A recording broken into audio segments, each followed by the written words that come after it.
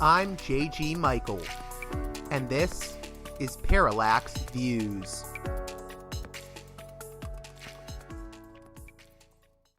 Hey there, Parallax Views listeners. On this edition of the show, we're going to be talking about a hot-off-the-presses topic, the Ceuta migration crisis. There's this Spanish enclave in North Africa that had a massive influx of migration from Morocco. And there's a lot of talk about who is behind this. There's been talk about U.S. and Israeli involvement, traffickers, disinformation networks. But the big one is Morocco itself, which has reasons for being adversarial or upset with Spain right now.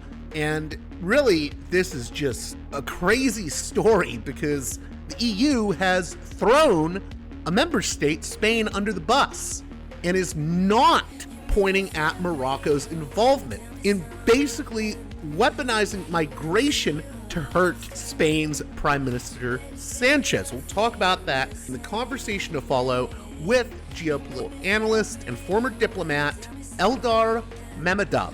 Before we get to that, though, I'd like to remind you that this show is almost entirely listener-funded with the exception of my one sponsor, the mighty Mike Swanson of wallstreetwindow.com. So if you can, support me on Patreon at patreon.com/parallaxviews. It's the first of the month, so it's as good a time as any to chip in your support for the show at, once again, patreon.com/parallaxviews.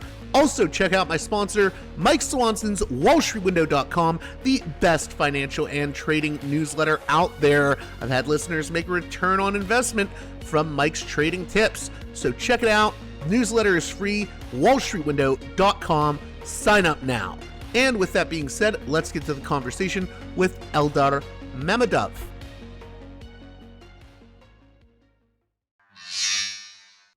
Welcome back to Parallax Views, a guest that I'm very happy to be speaking with.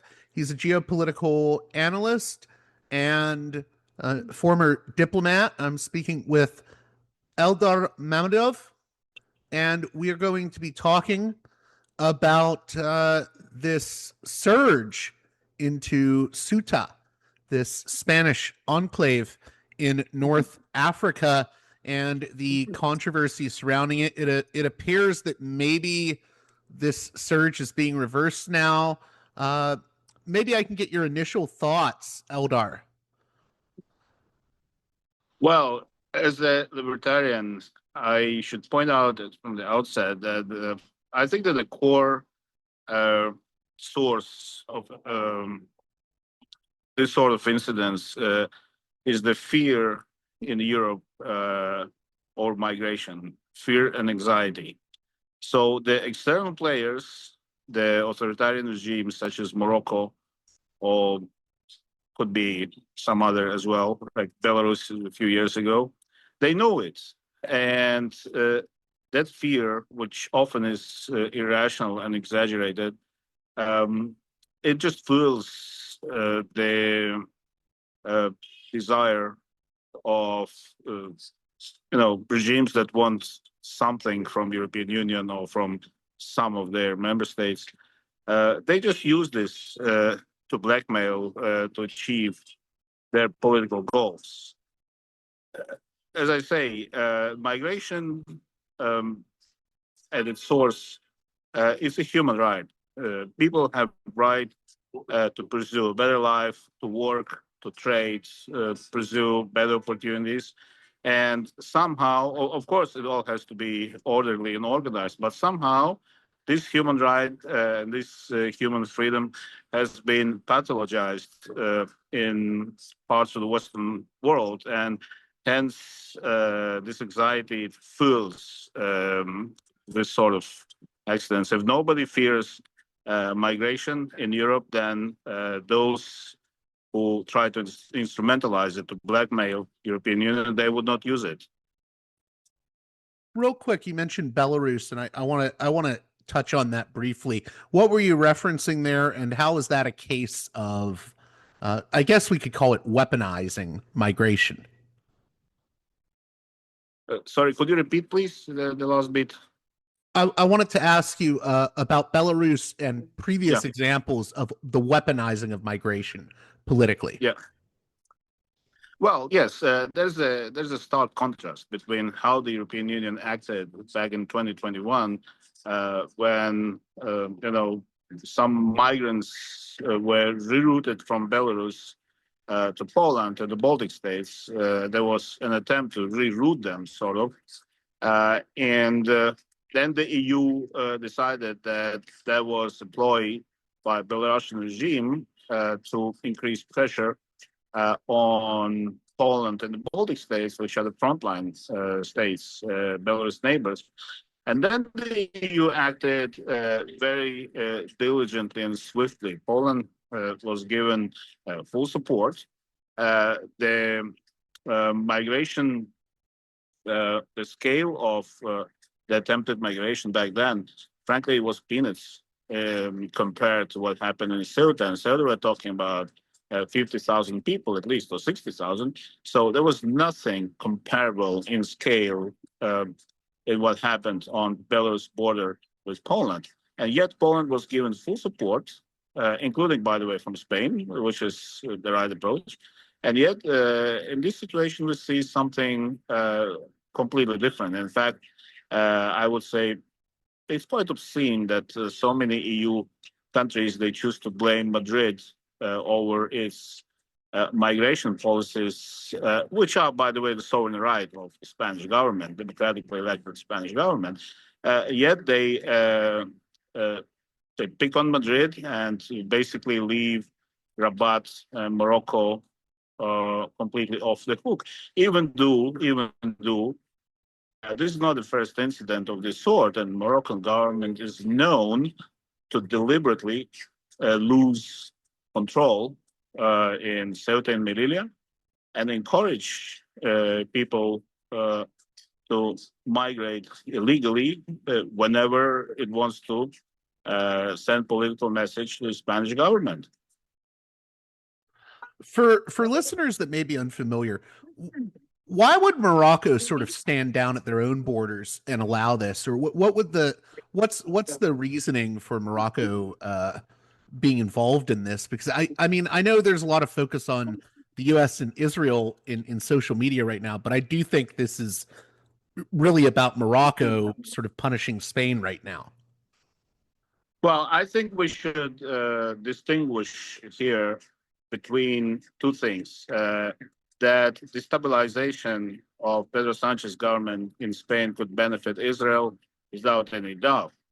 Israel never made any secret of its wish to see the right-wing coalition to replace the current left-leaning government for obvious reasons. Sanchez was against the war in Iran, very critical of Israel's genocide in Gaza, and so on. So that's clear. But we should, nevertheless, we should distinguish the fact that Israel could somehow be happy about these developments and the assertion that Israel somehow had a hand in it. I don't think the latter is true. At least I haven't seen any evidence pointing in that direction. So yeah, I think it's basically Morocco's own doing. And why is Morocco doing this? We should understand that Morocco is a large, poor North African country. Now they're building the biggest soccer stadium in the world for the World Cup 2030. And yet we see that so many people are just desperate to run to Europe. They are poor people, they're jobless people. So a Moroccan government certainly is not creating conditions for these people to prosper. They are expendable whenever they need to score political points with Spain. And now we are exactly such a juncture since Prime Minister Sanchez just visited recently Algeria, which is the regional rival of Morocco. Relations nosedived after Sanchez, in a huge concession to Morocco back in 2022, backed Moroccan sovereignty claims over Western Sahara. And then relations with Algeria deteriorated. But now they are solving, they're improving. And let's not forget also that Algeria is the main supplier of natural gas to Spain. So there is a clear incentive, there's clear national interest to reestablish relations with Algeria. But of course, Morocco sees this differently. Morocco sees Algeria as its main regional rival. And I think it's central to this context is central to understanding to what's happening. And entirely plausible that Morocco just decided to send a message to Madrid this way, as they did in the past. Can we talk a little bit about the European reaction to this? Because I can be very blunt about this.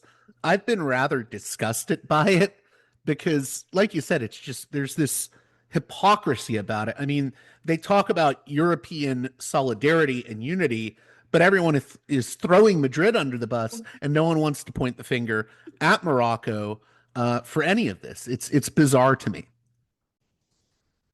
Well, yes, we talked about Poland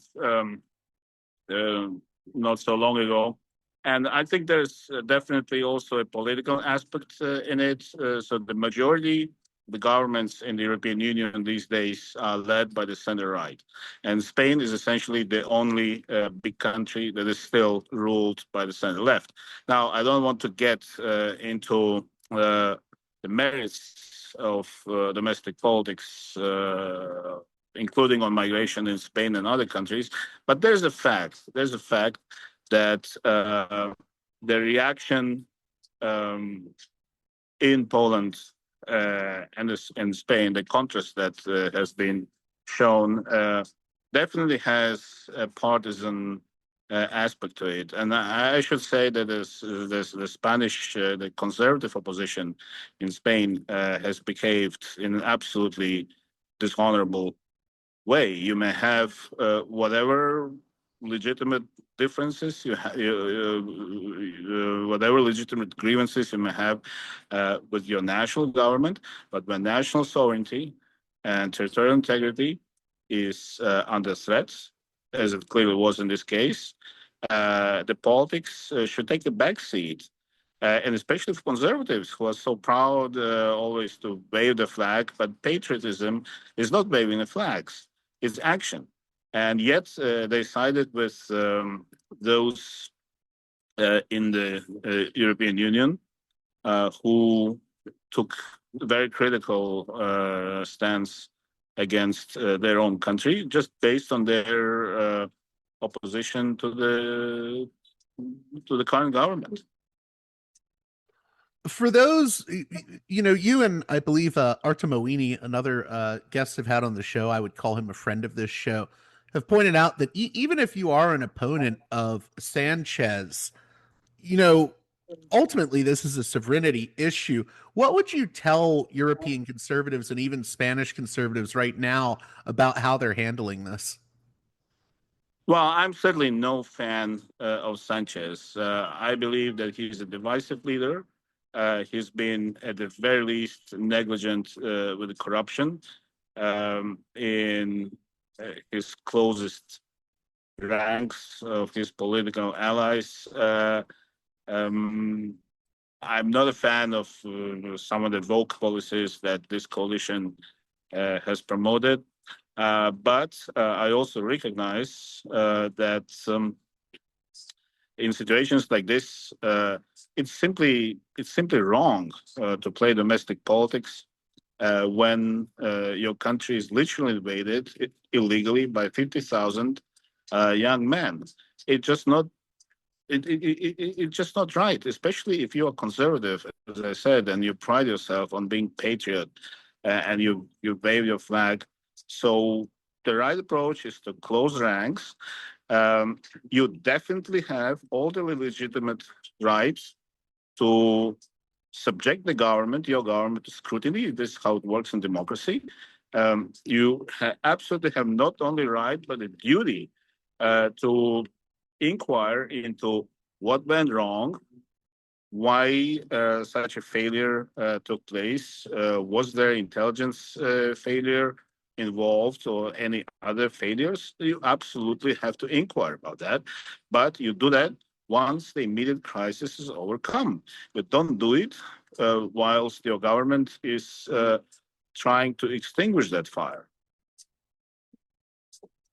Beyond the domestic politics, is there any other reason for why the criticism of Morocco has been muted in some corners? I mean, even here in the US, the mainstream media is sort of saying this was caused by disinformation networks and traffickers that were feeding false information to these migrants. And I don't see Morocco being mentioned nearly enough, because I just don't see any other way this could have been possible without Morocco standing down and allowing this. So why do you think the Morocco angle to this isn't being discussed?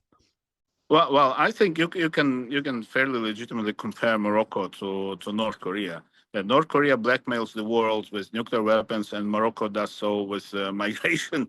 So it's different weapons, but in essence, it's just the same approach. Now, of course, Morocco gets a far more favorable treatment than North Korea, and in Europe, it has to do obviously with myriad of links that tie European countries, especially such as France or Spain, with Morocco.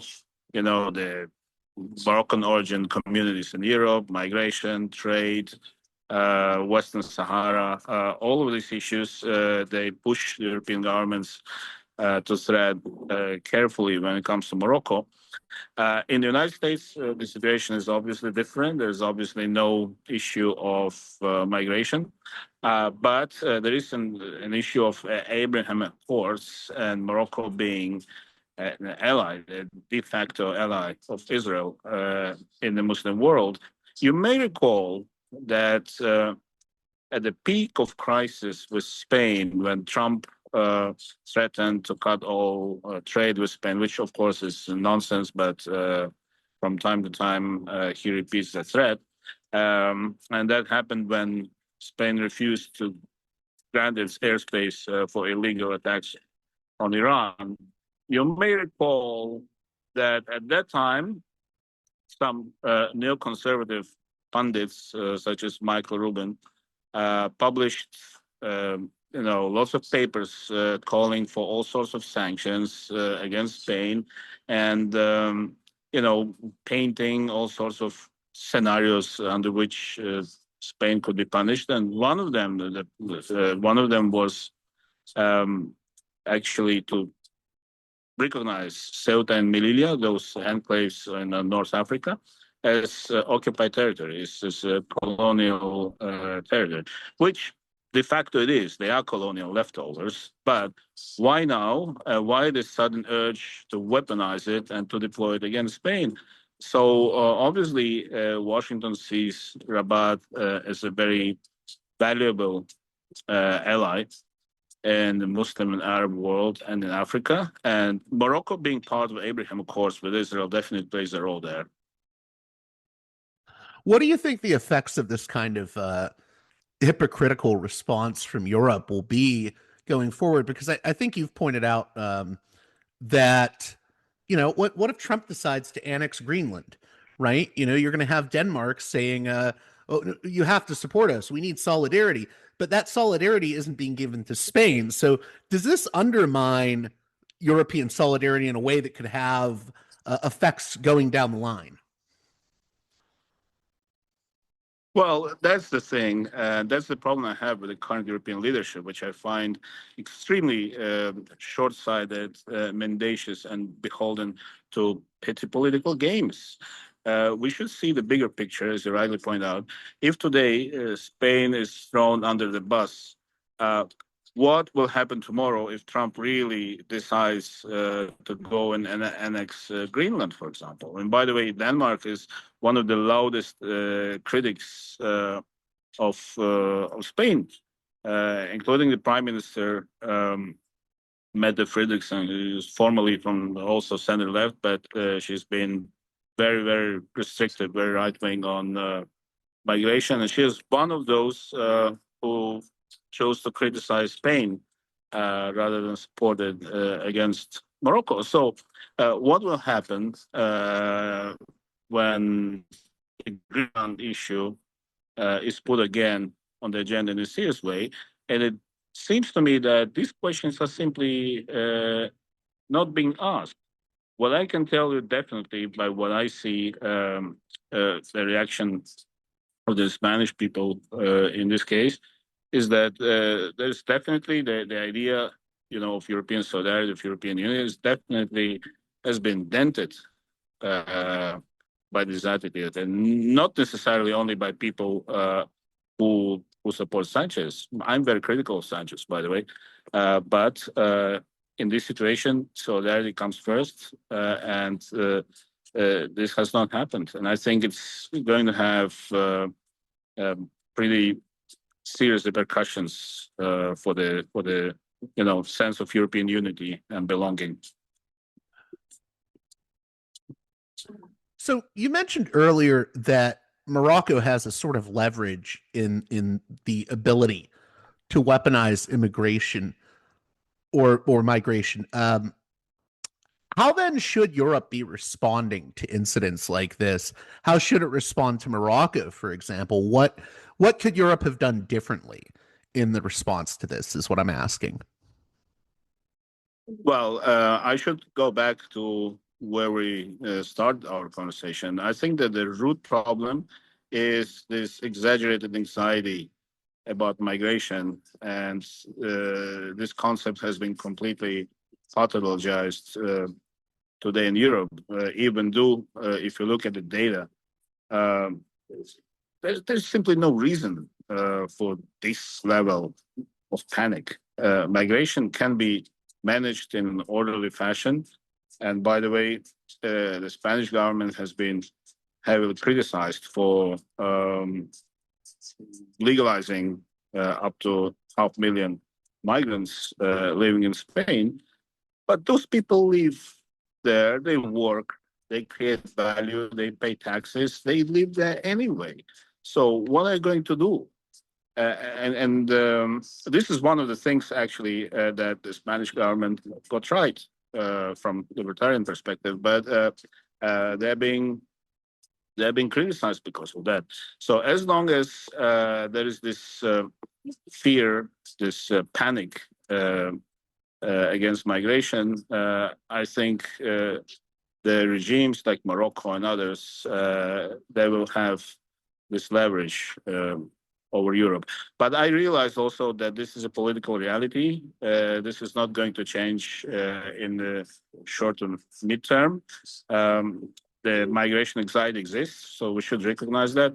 But I think what the EU should have done was to close ranks behind Spain, to deliver very clear support and a very clear message to Morocco that this sort of action is simply unacceptable, and it will have repercussions on different levels. Because let's not kid ourselves, EU and Morocco are completely different. They have completely different weight on the world stage. It just the lack of political unity and political will on the part of the European Union that prevents it from acting as a strong geopolitical actor. Does the lack of Europe saying Morocco can't be doing this, this is wrong, does that sort of send a message to Morocco that Morocco can do this more? Of course, but here I also have some criticism for Sanchez. For example, that U-turn in 2022 on Western Sahara, which was widely and rightly criticized in Spain, that was just one step too far. I mean, there was a consensus Spanish position since the country's return to democracy in the late 70s, which emphasized the right of Western Saharan people for self-determination, which is the position endorsed by the United Nations. And yet, for different reasons, which I'm not going to go into detail now, The socialist government and the Sanchez government suddenly decided to abruptly change the national consensus without appropriate, discussion, without seeking consensus with other political parties, with the opposition, for example. So he just changed the position unilaterally by backing Moroccan claims on Western Sahara. And yet we see that far from appeasing Rabat, this step seems to have fueled um, the Moroccan perception of power vis-a-vis Spain, and even a hubris. So otherwise, you cannot explain why they act this way. Just one or two more questions. I guess what I'm trying to get at is what would be a better way to respond to Morocco diplomatically than the way that than the business as usual approach that's been taken? You mean response diplomatically by European Union as a whole, or just by Spain? I was thinking of the European Union, but also Spain. Yeah, as I said, first and foremost, there should have been full unconditional solidarity with the member state under such extreme pressure from an external player. Then internally, you're going to have, as is often said, frank conversation about what went wrong on all the levels, on levels of interior ministers, of prime ministers. That is all part of the course. But when it comes to external player, the European Union essentially has to decide, does it take its own rhetoric about being a geopolitical player, geopolitical power, does it take it seriously or not?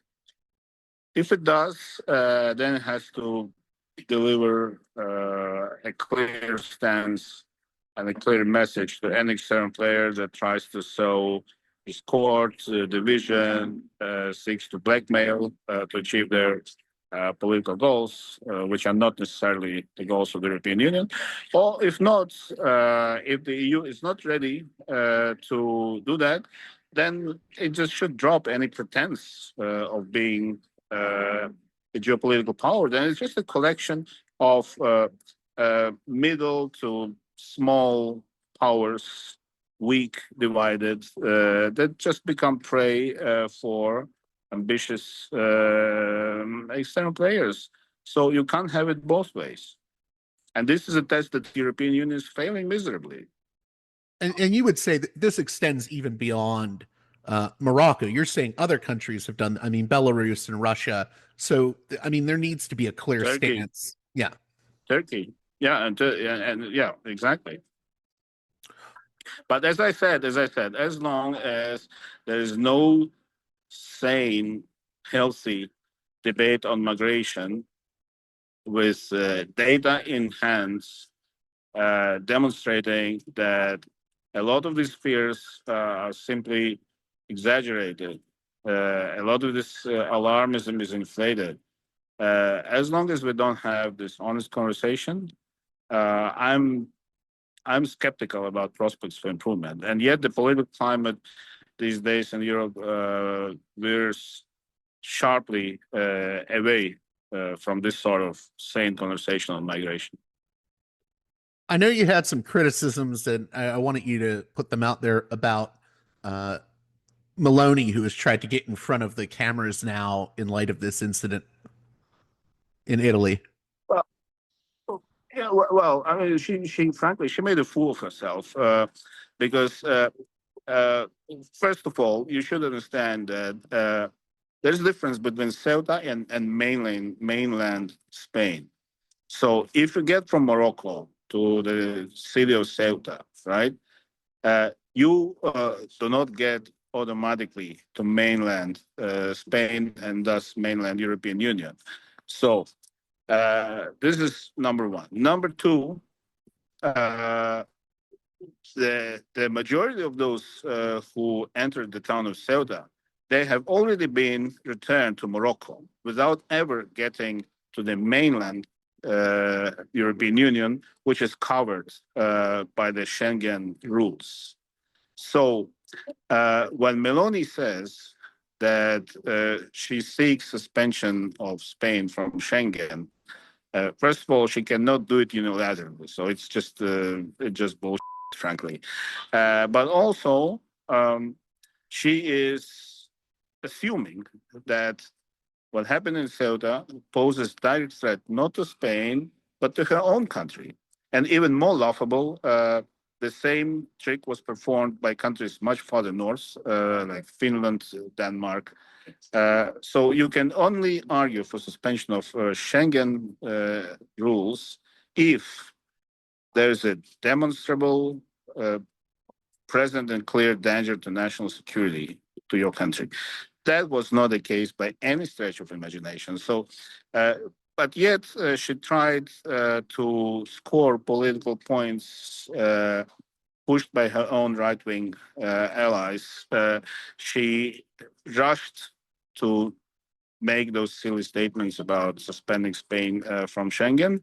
And yet the crisis has largely been diffused in 48 hours, and she's just left hanging there with her exaggerated reaction. Are you surprised at how quickly Sanchez and Spain were able to sort of pull a reversal on this and get it under control?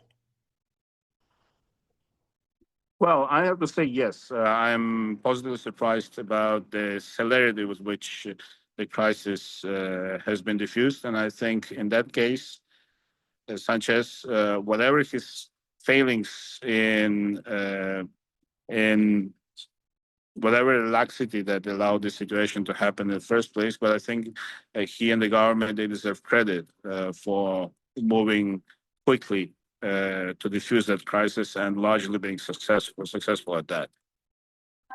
Yeah, I'm glad you said that because I do think it was a moment of great leadership on Spain's part this time around. Very last thing here. I know a lot of people are focused on Israel. We mentioned that earlier. It is interesting. You just had Israel's UN envoy going on about Spain being a colonial enclave in Africa. And I do want to talk about this because this just seems disgustingly cynical by that UN envoy for Israel. Can you speak to that? Well, generally, I think very little. There is very little that Israeli diplomacy can do to stoop even lower than it has already done. Comparing the two situations, it's just such a blatant attempt to deflect attention from what Israel is doing on the Palestine territories, genocide in Gaza and apartheid and growing violence in Western Bank. As I said, those two enclaves, Ceuta and Melilla, indeed they are colonial leftovers in Africa. But does the Spanish government conduct ethnic cleansing against the local population there? Do they practice genocide, apartheid? No.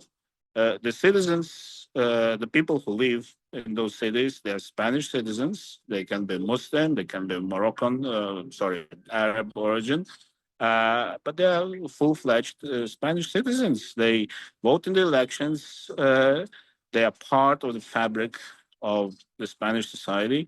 So to compare the two situations, it's just so blatantly intellectually dishonest that, frankly, it just makes you wonder about the level of Israeli diplomacy these days. In closing, what do you hope my listeners get out of this conversation we've had? What's the biggest takeaway? For me, it's that ultimately what we just saw was an attack on the sanctity of the national sovereignty of a country through a weaponized migration. And I just think that it really is a violation of sovereignty. what we just saw. And that for me is the takeaway. What's your takeaway?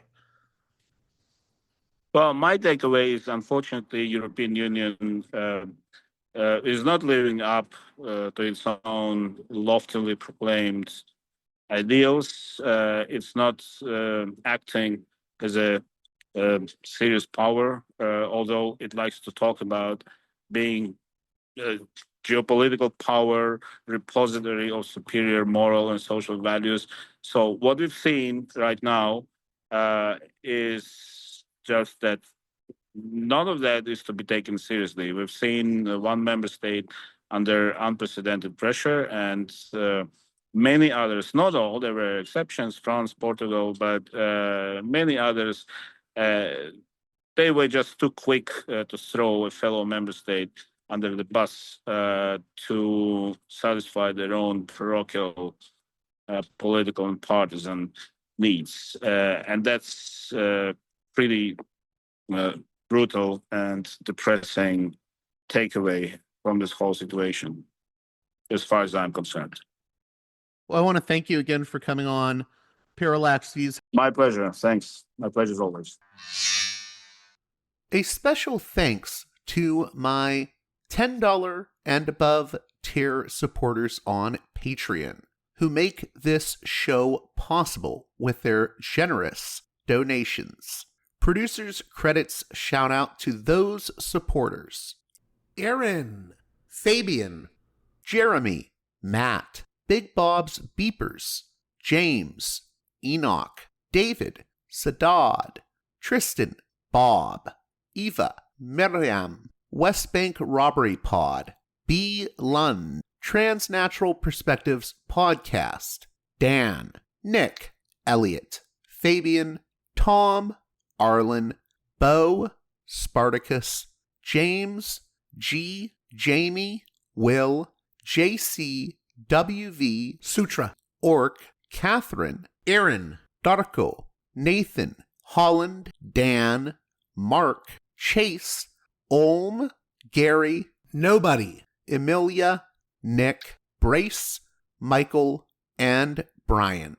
Please join those listeners in supporting me at the $10 and above tier of my Patreon page, patreon.com/parallaxviews, if you'd like your very own producer's credit on each and every edition of the program. Until next time, you've been listening to Parallax Views with Parallax Views to Parallax Views with Parallax Views.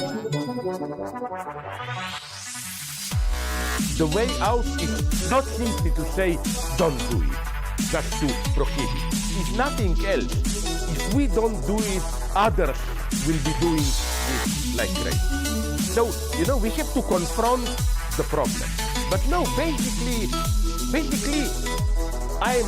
I know of the great anxieties, problems, new forms of control, but it's also new forms of freedom.